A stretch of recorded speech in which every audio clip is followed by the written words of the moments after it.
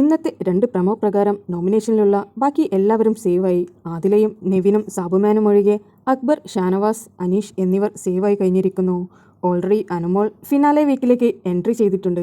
ലാലേട്ടൻ ആദിലയോട് ആരാണ് എവിക്റ്റ് ആകുവാൻ സാധ്യത എന്ന് ചോദിച്ചപ്പോൾ ആദിലയുടെയും നെവിൻ്റെയും പേരാണ് പറഞ്ഞതെന്ന് തോന്നുന്നു. കാരണം അക്ബറിൻ്റെ കൂടെ കൂടിയവരെല്ലാം അടുത്ത വീക്കിലെ എവിക്ഷനിലൂടെ പുറത്തായ ചരിത്രം മാത്രമാണ് ഉള്ളത്. അതുകൊണ്ട് ഒരുപക്ഷെ ഞാനായിരിക്കും പുറത്താകുവാൻ സാധ്യത എന്നാണ് ആദില പറഞ്ഞിരിക്കുന്നത്. എന്തായാലും അക്ബറിനെയും അനീഷിനെയും ഷാനവാസിനെയും സേവാക്കിയതിനു ശേഷം ആദിലയും നെവിനും സാബുമാനുമായിരുന്നു എവിക്ഷൻ പ്രക്രിയ നേരിടുവാനായി പോയിരിക്കുന്നത്.